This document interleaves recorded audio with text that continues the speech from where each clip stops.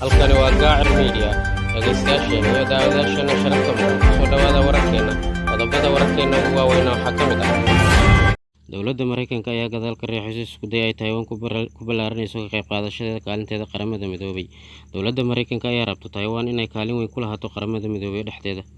Xogeyaha arrimaha dibadda Mareykanka Mr. Blinken ayaa sheegay in beesha caalamku wajahayso xaalado iyo arrimo aan horey loo arag. Sidoo kalena wuxuu ku baaqay dhammaanba wadaagta in ay ka qayb qaataan sidii ay ku wajihi lahaayeen dhibaatadan.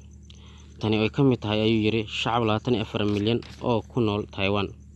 Antonio Blinken ayaa intaa raaciyay in ay rabaan sidii ay Taiwan qayb uga noqon lahayd ururka duulimaadka caalamka iyo hay'adda caafimaadka adduunka. Dhinaca kale, wasiirka arrimaha dibadda ee Taiwan ayaa sheegay in hanjabaadaha dhanka Shiinaha uga imaanaya ay sii kordheen. Waxa uu tilmaamay daandaansiga iyo hanjabaadaha Shiinaha uga imaanaya dhinacooda in ay tahay halis amni oo heer caalami ah.